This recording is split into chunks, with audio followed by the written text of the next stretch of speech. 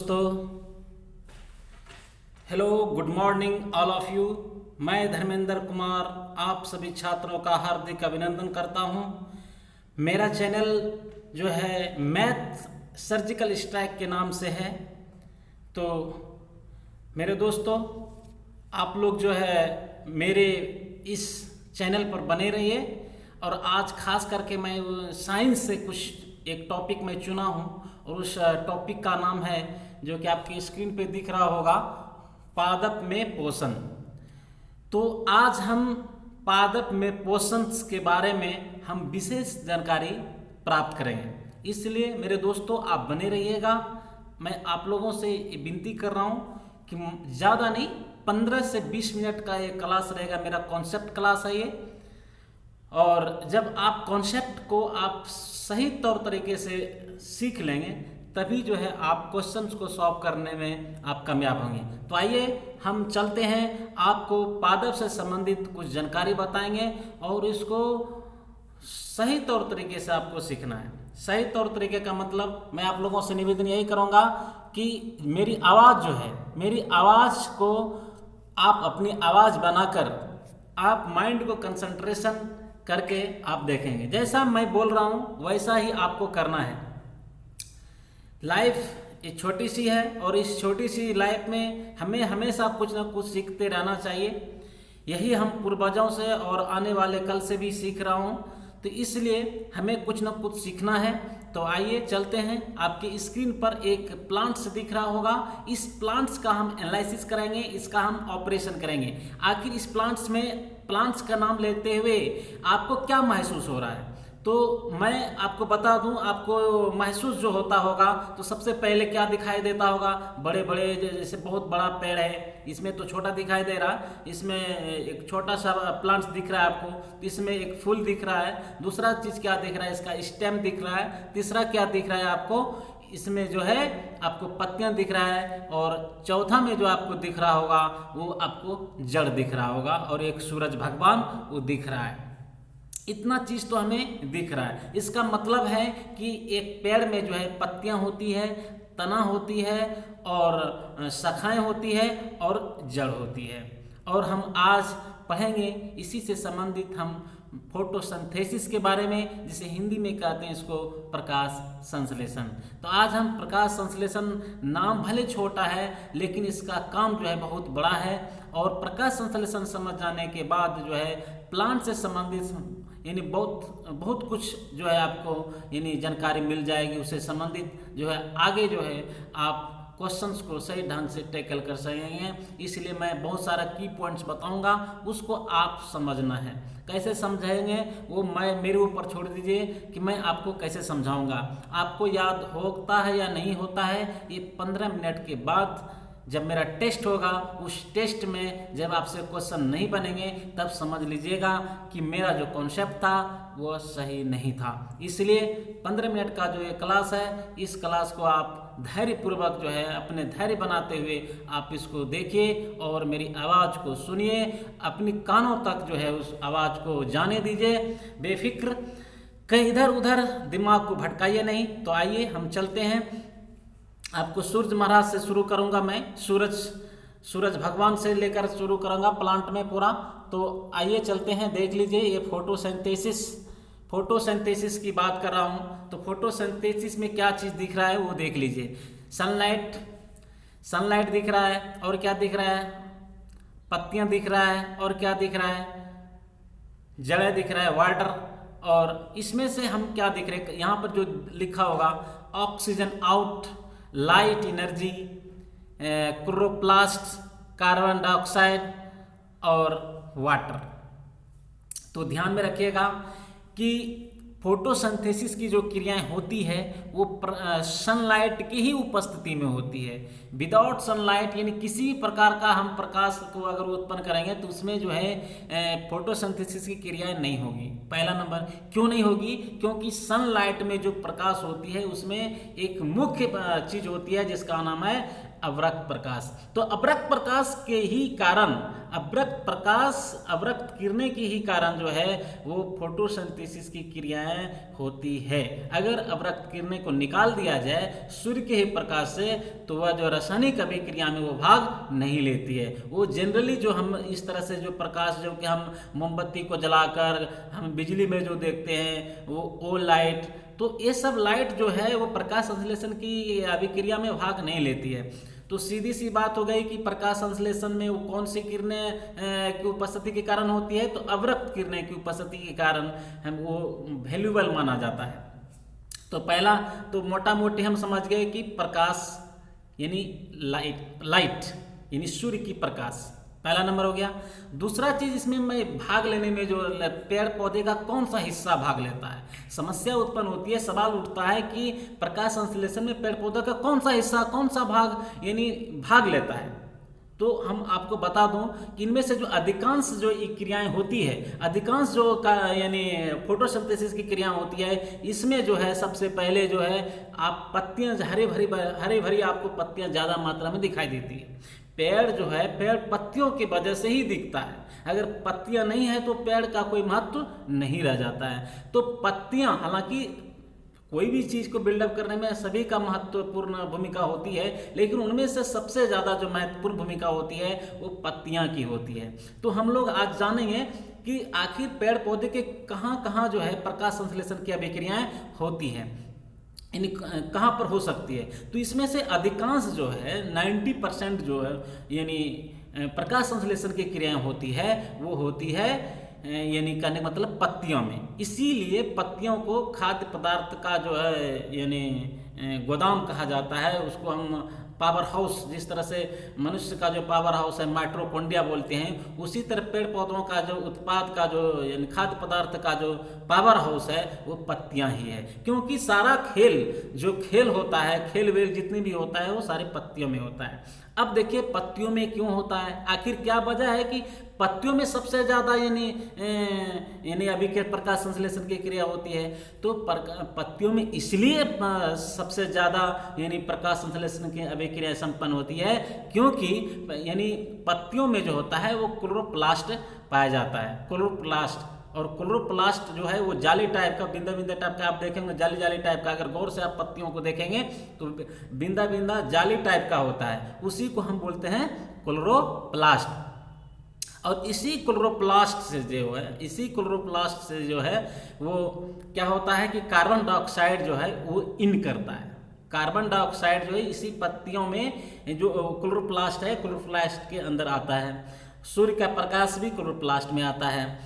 और क्या होता है, और इसमें बताएंगे कि आप देखे होंगे जल का निशान दिख रहा होगा, आपको जल दिख रहा होगा, तो जल कहाँ से आता है, यानी पत्तियों तक जो जल जाता है, यानी पेड़ को जो जल यानी प्रकाश संश्लेषण अभिक्रिया में जो जल की भूमिका है, तो जल कहाँ से प्राप्त होता है, तो जल जो प्राप्त होता है वो जल जो है पेड़ के जो जड़ होता है वो कहाँ होता है, मिट्टी में। तो मिट्टी के जो नमी होती है ना, मिट्टी में जो नमी होती है, यही नमी जो है वो जड़ के माध्यम से ऊपर पत्तियों तक जाती है, हर कण कण में जाती है पेड़ पौधे के। तो ये जो आप जल के ऊपर उठना, ये एक यहाँ पर आप क्वेश्चन समझने की कोशिश कीजिएगा कि जल जो जड़ के माध्यम से ऊपर जाता है, तो इसी जाने की प्रक्रिया को हम जाइलम प्रक्रिया बोलते हैं, जाइलम विधि बोलते हैं। ये कौन सी विधि से पानी ऊपर जाता है, तो जाइलम विधि से। तो जाइलम विधि से पानी जब ऊपर जाता है तो क्या इसके साथ में और कुछ लेके जाता है, तो हाँ जाता है। तो क्या ले जाता है सर, तो इसमें आप समझने की कोशिश कीजिएगा कि मिट्टी के अंदर, मिट्टी में जो है मिला हुआ रहता है नाइट्रोजन। तो नाइट्रोजन क्या करता है, नाइट्रोजन का भी तो जरूरी है पौधों के लिए। तो यही कारण है कि नाइट्रोजन जो होता है ना, नाइट्रोजन क्या होता है, सबसे पहले वहाँ पर बहुत सारे बैक्टीरियाएँ होती है, वो राइजोबियम यानी बैक्टीरिया होती है, उस बैक्टीरिया का काम है कि उसको जो है तरल पदार्थ में बदल देना। जब तरल पदार्थ में बदल देगा यानी जल के ही रूप में बदल देगा वो, तो फिर क्या होगा, वो जल के साथ मिश्रण हो जाएगा, और मिश्रित जब हो जाएगा तो फिर वो जल के माध्यम से तो ऊपर जा ही रहा है, तो जाने की प्रक्रिया का जो विधि होता है उस विधि को हम बोलते हैं जाइलम विधि। इतना तो हम जान गए कि सर जाइलम विधि द्वारा जो है जल और खनिज लवण जो है वो हमारे पत्तियों तक जाती है। अब बोलते हैं कि ऊपर में जा रहे हैं तो टहनियों में भी जाती होगी, यानी तने में भी जाते होंगे, शाखाएं में भी जाती होंगी। तो ये तना हो गया, शाखाएं हो गया, ये सभी जो है वो प्रकाश संश्लेषण की अभिक्रिया में भाग लेती है। तो चूंकि क्लोरोप्लास्ट की मात्रा सबसे ज़्यादा, सबसे अधिकांश जो पाया जाता है वो पत्तियों में पाया जाता है। यही कारण है कि पत्तियां जो है क्लोरोप्लास्ट की वजह से ही वो हरा दिखाई देता है, हरा दिखाई देता है, क्लोरोप्लास्ट की वजह से ही हरा दिखाई देती है, और क्लोरोप्लास्ट की वजह से ही वहाँ पर सारी अभिक्रियाएं, वहीं पर ही अधिकांश प्रक्रियाएं संपन्न होती है। तो देख लीजिए वो उसका जो रंध्र है, रंध्र उसका जो जाली जाली टाइप का देखे होंगे, वो रंध्र भी होता है जाली जाली टाइप का। उस रंध्र से जो है वो पत्तियां जो है उस रंध्र से ही जो है वायुमंडल से कार्बन डाइऑक्साइड का अवशोषण करती है। सूर्य का प्रकाश आ गया, कार्बन डाइऑक्साइड वायुमंडल से आ गया, नीचे जड़ से जो है खनिज लवण आ रहा है। तो अब देखिए कार्बन डाइऑक्साइड और जल प्रकाश की अनुपस्थिति में जब अभिक्रिया होती है, और वो भी कहाँ, पत्तियों में, तब जो है एक संपन्न क्रियाएं जो होती है उसको हम बोलते हैं फोटोसिंथेसिस। अब फोटोसिंथेसिस की क्रियाएं तो हो गई, अब क्रिया होने के बाद जो लास्ट में जो है कुछ ना कुछ तो निकलेगा ना, तो उस कुछ ना कुछ निकलेगा। तो पहले तो आपने अभिक्रियाएं कराया, फिर क्या हुआ, उसका रिजल्ट आएगा। तो रिजल्ट में क्या होता है, तो रिजल्ट में जो है ग्लूकोज उत्पन्न होता है, ग्लूकोज और ऑक्सीजन, ग्लूकोज और ऑक्सीजन। तो समझने की कोशिश कीजिएगा, हम बार बार ग्लूकोज की बात करते हैं, तो ये ग्लूकोज क्या होता है, ग्लूकोज को ही हम लोग बोलते हैं चीनी। और ये पत्तियां जो है, पत्तियों में जब हम लोग खाते हैं, पत्तियों को खाते हैं तो वो डायरेक्ट हमारी भूख को क्या करती है, मिटा देती है। तो कोई भी अगर आप कोई भी वस्तु का अगर खाने से आपकी भूख मिट जाए तो समझ जाइए कि वहाँ पर उसकी मात्रा जो है, वहाँ पर किसकी मात्रा है, तो कार्बोहाइड्रेट की मात्रा। क्योंकि कार्बोहाइड्रेट की मात्रा जब हम भोजन के रूप में करते हैं तो हमारी भूख को वो जल्दी शांत कर देती है। तो इतना तो हम जान गए कि कार्बोहाइड्रेट बनाती है, कार्बोहाइड्रेट ही होता है ग्लूकोज। क्योंकि कार्बोहाइड्रेट का सूत्र जो होता है वो उसमें जो है कार्बन भी मौजूद होनी चाहिए, ऑक्सीजन भी मौजूद होनी चाहिए और हाइड्रोजन भी मौजूद होनी चाहिए। तो ये तीनों चीज जो है वो ग्लूकोज में पाया जाता है। ग्लूकोज का सूत्र जो है आप सुने होंगे C6H12 और O6 होता है। तो C6H12 और O6 प्लस जो है ऑक्सीजन ये मुक्त करता है। तो जो कि फिर जो है हमें जीवन, हम लोगों के लिए जो जीवन का रूप बन जाता है ऑक्सीजन, जो कि हम लोग ऑक्सीजन लेते हैं और ऑक्सीजन लेने के बाद हम लोग यानी कार्बन डाइऑक्साइड छोड़ते हैं। ये तो हुआ यानी पेड़ पौधों द्वारा बनाया गया भोजन। अब यहाँ पर सवाल उठता है कि क्या पेड़ पौधा जो है किसी भी व्यक्ति विशेष से उन्होंने लिया क्या भोजन? नहीं लिया, वो स्वयं ही जो वातावरण में उपस्थित थे उस समय वर्तमान में, उसी को वो नेचुरल तरीके से एब्जॉर्ब करके अपना रिएक्शन करके जो है अपना भोजन उन्होंने स्वयं तैयार कर लिया। जब स्वयं भोजन वो तैयार कर लेता है, इतना जान लीजिए कि जब भी कोई पदार्थ, जब भी कोई जीव जंतु स्वयं भोजन बनाता हो तो उसको हम स्वपोषी कहते हैं। तो इसलिए हम पेड़ पौधे को हम क्या बोलेंगे? स्वपोषी। और दूसरा इसी में आता है डिबेट में कि स्वपोषी तो आप बोल दिए सर, तो विषम पोषी किसको बोलते हैं? विषम पोषी को ही हम परपोषी कहते हैं। और ये परपोषी कौन है? तो जो प्लांट्स पर निर्भर रहते हैं, जो किसी दूसरे चीज पर निर्भर रहते हैं, किसी दूसरे वस्तु पर निर्भर रहते हैं, तो वो चीज जो है समझ जाइए कि वो क्या है, परपोषी है। जैसे इंसान ही ले लीजिए, इंसान अपना खाना स्वयं नहीं बनाता है, ये किस पर निर्भर है, वो प्लांट्स पर निर्भर है। अगर प्लांट्स नहीं होगा, जानवर जीव जंतु नहीं होंगे तो इसका आहार बना ही नहीं सकता। इसके शरीर के अंदर ऐसा कोई क्लोरोप्लास्ट है ही नहीं जो कि इसके अंदर जो है खाना स्वयं बनेगा।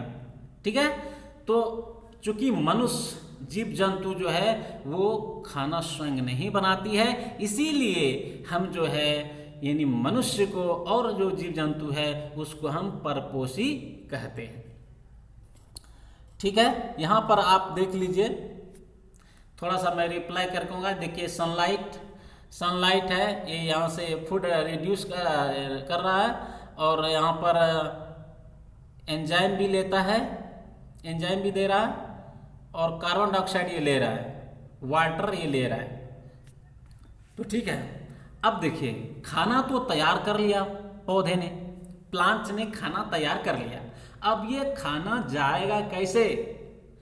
तो जब खाना तैयार हो जाता है और तैयार माल, तैयार भोजन जो है, इन पेड़ के जितने भी पार्ट्स है, जितने भी कण है, वहाँ पर जो है यानी एनर्जी जो है वो प्रोड्यूस करते रहता है, और इसी जो हर जगह जो जाता है यह क्रिया कहलाती है फ्लोएम। फ्लोएम विधि द्वारा ही पेड़ पौधे द्वारा बना हुआ भोजन जो है वितरित होती है। तो भोजन वितरित करने का जो क्रिया है वो फ्लोएम कहलाता है।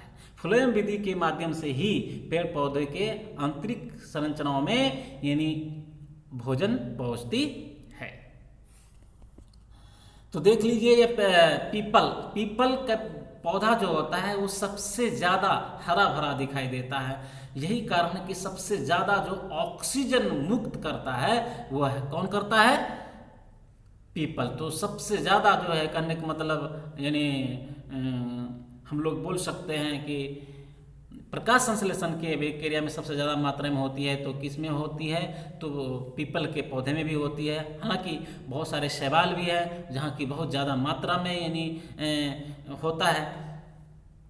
तो इसमें अब गौर से आप किसी प्लांट्स को देखेंगे और देख लीजिए, ये आपकी स्क्रीन पर आ गया है। इसको हम बोलते हैं अमर बेल।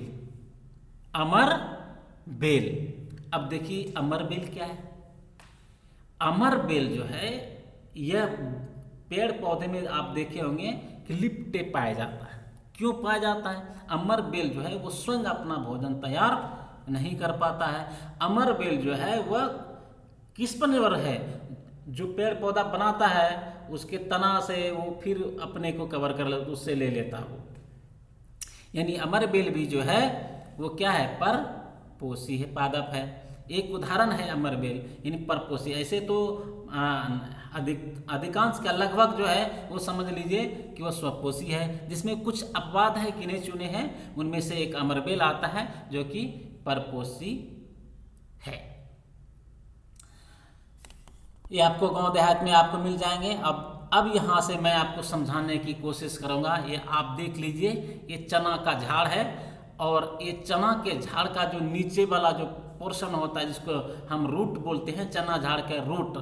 तो रूट में देखिए क्या क्या चीज़ पाया जाता है। तो आप देखे होंगे गांव में आप जब चने की खेती करते होंगे और जब उसको आप कुछ खाने के लिए जब आप उसको उखाड़ते होंगे तो आप जड़ में देखे होंगे कि उस गोल गोल जो है उसमें रहता है। ये गोल गोल जो है ना, इसी गोल गोल को हम बोलते हैं राइबोजियम। अब बोलिए कि भैया इस राइबोजियम का काम क्या है?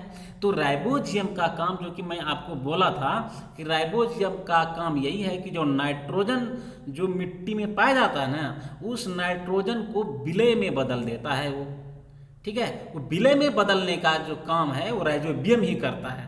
जब वो यानी इसको बैक्टीरिया बोलते हैं, बैक्टीरिया, राइजोबियम बैक्टीरिया जो है नाइट्रोजन को तरल पदार्थ में बदल देती है। फिर वो जल के माध्यम से जो है साथ में जो है पौधे के हर तने पत्तियां में पहुंच जाती है। तो यही कारण है कि आप देखेंगे जितने भी दलहन पदार्थ हैं, सभी दलहन पदार्थों में जो है किसी भी ऐसा कोई भी दलहन पदार्थ नहीं जिसमें कि यूरिया का प्रयोग किया जाता है। क्यों नहीं किया जाता यूरिया का प्रयोग? क्योंकि यूरिया में अधिकांश जो रहता है वो नाइट्रोजन ही रहता है। तो नाइट्रोजन चूंकि इसको यानी मिट्टी से ही मिल रहा है, इसलिए जो है दलहन पदार्थों में यूरिया का प्रयोग नहीं किया जाता है। अगर वो कोई करता है तो समझ जाइए कि वो किसान जो है सही किसान नहीं दिख रहा है।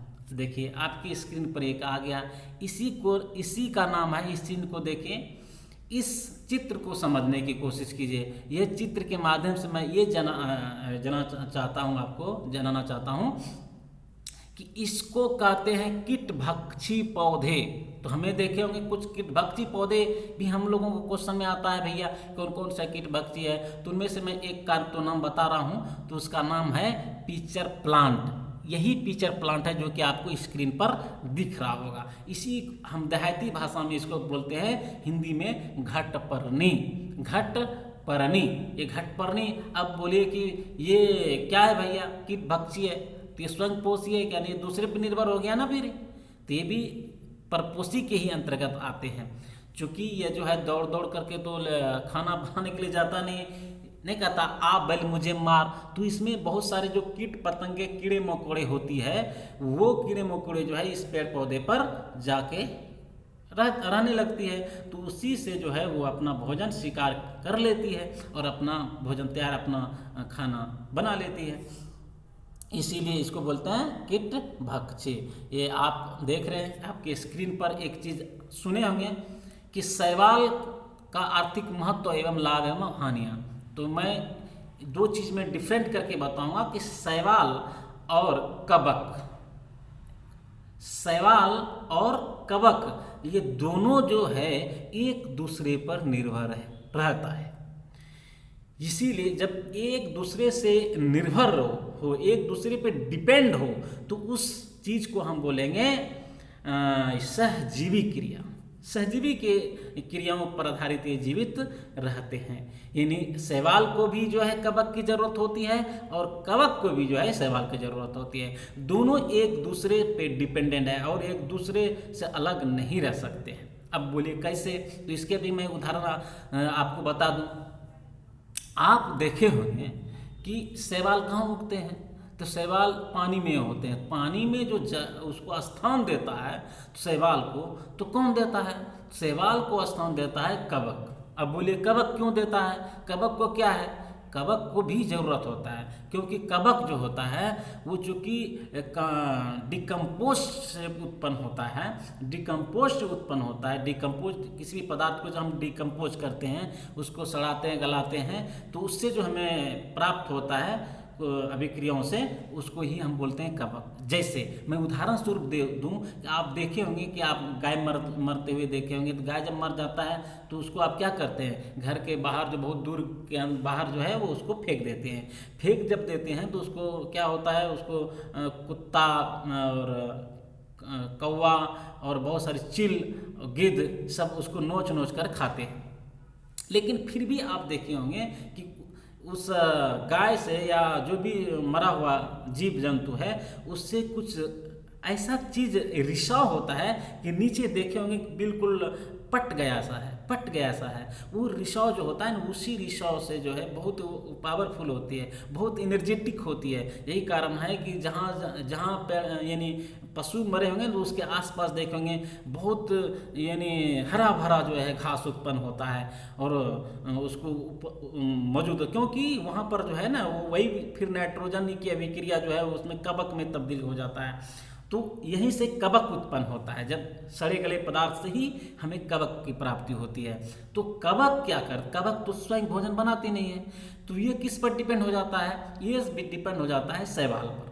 शैवाल क्या करती है, शैवाल को रहने के लिए जगह चाहिए, तो रहने के लिए जगह चाहिए तो शैवाल को रहने का जगह कौन प्रोवाइड कराता है, तो कवक कराता है। गौर से सुनिएगा, इसको कॉन्सेप्ट मैं क्लियर कर दूंगा आपको। अगर इस कहानी के माध्यम से अगर आप पढ़ेंगे तो सारा क्लियरेंस आपको मिल जाएंगे।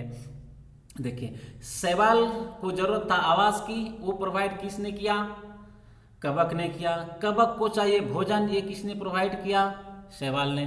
शैवाल चूंकि देखे होंगे शैवाल बहुत हरा भरा होता है, उसमें बहुत ज़्यादा क्लोरोप्लास्ट की यानी होती है। यही कारण है कि वहाँ पर सबसे ज़्यादा जो है यानी वो फैलता है सबसे ज़्यादा। पानी में आप देखे होंगे, वाटर में आपको मिला होगा, तालाब में देखे होंगे, ये सब तो आपको मिला होगा। तो शैवाल और कवक ये दोनों का सहजीवी अभिक्रिया, इन्हीं दोनों के जो फलस्वरूप जो हम बोलते हैं, इसी को हम बोलते हैं लाइकेन। शैवाल और कवक की जो सहजीवी प्रक्रिया होती है उसी को हम बोलते हैं लाइकेन। आइए चलते हैं, इसी में आप एक देखे होंगे, इसी को हम अभी एक और बताने जा रहा हूँ। इसमें वो क्या है, तो जीवाणु और पादप। जीवाणु और पादप की मैं चर्चा कर चुका हूँ, हालांकि मैं उसमें नाम नहीं ले पाया। तो जो आपने चना वाला प्लांट्स देखा, चना के साथ जो घटनाएं घटी वही होता है ये घटना। मैं फिर से इसको दोहरा दूं ताकि आप लोगों को यानी सही तौर तरीके से दिमाग में छप जाएगा। तो आपने यहाँ पर आपने देखा होगा, ये चना का प्लांट आपके पास दिख रहा है। तो चना का प्लांट आपको दिख रहा है। तो चना का प्लांट में क्या दिख रहा है आपको? आपको दिख रहा है इधर जो है यानी जड़ दिख रहा है, और जड़ में गांठ दिख रहा है ना। अब यहीं से हम समझने की कोशिश करेंगे। देखिए प्लांट्स क्या हो गया, पादप हो गया ना। प्लांट्स, ये जो चने का प्लांट है वो क्या हो गया, पादप हो गया। और इसमें जो जड़ दिख रहे हैं ना, जड़ में जो गांठ गांठ दिख रहा है आपको, वही जीवाणु है। पादप और जीवाणु की मैं चर्चा करने जा रहा हूं। पादप और जीवाणु, पादप और जीवाणु। तो ये जीवाणु में मैं आपको बोला था कि ये जीवाणु का काम क्या है कि मिट्टी के अंदर जो नाइट्रोजन युक्त पदार्थ रहता है, खनिज लवण रहता है, उसको जो है डिकम्पोज करना। डिकम्पोज करने का काम है किसका? तो इन्हीं राइजोबियम नामक जीवाणु। तो इसी राइजोबियम नामक जीवाणु का जो डिकम्पोज करता है वो फिर तरल में बदल जाता है, फिर वो जो है वो वाटर के साथ वो फिर प्लांट्स में वितरित हो जाता है। तो पादप, और यहाँ पर मैं चर्चा किया राइजोबियम का, जीवाणु का, और उधर मैं शैवाल और कवक की चर्चा की। इतना हम जान गए। और आइए चलते हैं, जब इतना हम जान ही गए तो उसके बाद हमको जानना होगा फूड चेन। एक छोटा सा जिक्र मैं, हालांकि इसलिए मैं इसको बता रहा हूँ क्योंकि मैं आप लोगों को फोटोसिंथेसिस के बारे में बताया, इसलिए फोटोसिंथेसिस के बारे में आप सीख गए तो इसको सीखना बहुत आसान हो जाता है। तो पहला नंबर कि हम लोग जान गए कि प्लांट्स जो है वो स्वयं पोषी है, क्योंकि वह अपना भोजन खुद तैयार करता है। तो समझ लीजिए जो जीव जंतु जो है, कहने का मतलब अगर कोई जीव जंतु अपना भोजन स्वयं तैयार कर लेता है तो समझ जाइए कि वह जो है क्या कहलाएगा, उत्पाद कहलाएगा। ठीक है। तो उत्पाद कौन है? तो पहला इसीलिए बोलते हैं उत्पाद के रूप में जो है कौन है, वो प्लांट्स आता है, क्योंकि प्लांट जो है वो प्रकाश संश्लेषण की क्रिया के द्वारा अपना भोजन तैयार कर लेती है। अब देखिए प्लांट्स को कौन खाता है? आप देख रहे होंगे टिड्डा है, कीड़े मकोड़े खाते हैं। कीड़े मकोड़े अपने भोजन के रूप में लेते हैं, किससे? प्लांट से लेते हैं। और कितना लेता है ध्यान लीजिए, जितना वो लेता है ना वो उस एनर्जी का मात्र 10% ही जाता है। अब टिड्डा को कौन खाता है? मेढक खाता है। तो मेढक का अगर 100% एनर्जी मान लिया जाए तो यानी टिड्डा को अगर खाता है मेढक, तो टिड्डा को अगर हम 100% मान लिया जाए एनर्जी, तो उसका मात्र 10% ही यानी मेढक के पास जाएगा। मेढक को कौन खाता है? तो मेढक को कौन खाता है? तो सर्प खाता है, यानी सांप खाता है। तो ये भी जो है 10% ही एनर्जी एब्जॉर्ब करता है। फिर जो है यहाँ पर जो है सांप को कौन खाता है? तो चिल खाता है। तो चिल जब खाएगा तो चिल भी जो है वो सांप को जो अगर 100% एनर्जी मान लिया जाए तो उसका मात्र 10% ही उनमें इनहेल होता है। तो इतना हम जान गए। अब है कि देखे होंगे कि कभी ऐसा तो नहीं है कि ये नहीं मरेंगे, चिल भी तो मरेंगे। जब मरेंगे तो फिर क्या होगा? डिकम्पोज होगा। और जब डिकम्पोज हो जाएगा तो उसी से आपको हम क्या बताए थे, फंगी होगा, जिसको हम बोलते हैं कवक तैयार होगा। तो ये फिर कवक जो है किसको चाहिए? पेड़ पौधों को चाहिए। तो वो फिर उधर से आना शुरू हो जाएगा। करने का मतलब ये फूड चेन बन गया ये। तो इसी प्रकार बहुत तरह के फूड चेन हैं, लेकिन मैं एक शॉर्टकट में आप लोगों को ये बता दिया। तो आइए हम चलते हैं। अगर इतना आप समझ गए हैं आई होप, तो मेरा सवाल हालांकि कुछ अगर छूट गया होगा तो मैं जो भी है सवाल के माध्यम से मैं आपको यानी बता दूंगा। देखिए यहाँ पर आपके सवाल आपकी स्क्रीन पर दिख रहा होगा। इस सवाल में देख रहे हैं कहा निम्नलिखित में से कौन से सत्य हैं। तो पहला स्टेटमेंट है इसका कि जो जीव अपना भोजन स्वयं संश्लेषित करते हैं उसे स्वपोषी कहते हैं। क्या आपको पता है या नहीं पता है कि जो जीव अपना भोजन स्वयं तैयार करा लेता है तो उसको स्वपोषी कहते हैं। इसका मतलब क्या है? ये सही है, यानी इसको स्वपोषी को ही इंग्लिश में कहते हैं ऑटोट्रॉफ। ठीक है। दूसरा स्टेटमेंट यहाँ आपको दिख रहा होगा कि जो जीव अन्य पादपों पर संश्लेषित भोजन ग्रहण करते हैं उसको विषमपोषी कहलाते हैं। तो ये भी हमको सही दिख रहा है, क्योंकि जैसे इंसान है, इंसान जो है कि अपना भोजन जो है वो किसी दूसरे पर ही निर्भर है। अपने भोजन ग्रहण करने के लिए दूसरे पर निर्भर रहना पड़ता है। जिसका मतलब दोनों सही है, इसलिए ऑप्शन नंबर सी जो है 1 और 2 दोनों सही होंगे। ठीक है। देखिए अगला देखिए, निम्नलिखित में से किन्हें पादपों की खाद्य फैक्ट्रियां कहा जाता है। मैं आपको फैक्ट्री के पावर हाउस के बारे में मैं चर्चा किया था, याद कीजिए। तो मैंने बताया था कि पत्ता जो होती है उसको फैक्ट्रियां कहते हैं, क्योंकि सबसे ज़्यादा जो एनर्जी है, ज़्यादा उत्पादन जो होता है वो कहाँ होता है? वो पत्ते में होती है। हालांकि ये शाखा में भी होती है, लेकिन उसको पावर हाउस नहीं बोलते हैं। क्यों नहीं बोलते हैं? क्योंकि वह नहीं मात्र का यानी होता है, इसलिए उसको यानी हम ज़्यादा नहीं बोलेंगे। ठीक है, इसलिए आंसर हो जाए केवल एक। आप देखिए कौन से प्रकाश संश्लेषण के लिए आवश्यक है। तो आप देखेंगे क्लोरोफिल। ये क्लोरोफिल क्या है? तो क्लोरोप्लास्ट की जो आप चर्चा किए थे मैंने, वो क्लोरोप्लास्ट से ही क्लोरोफिल प्राप्त होता है।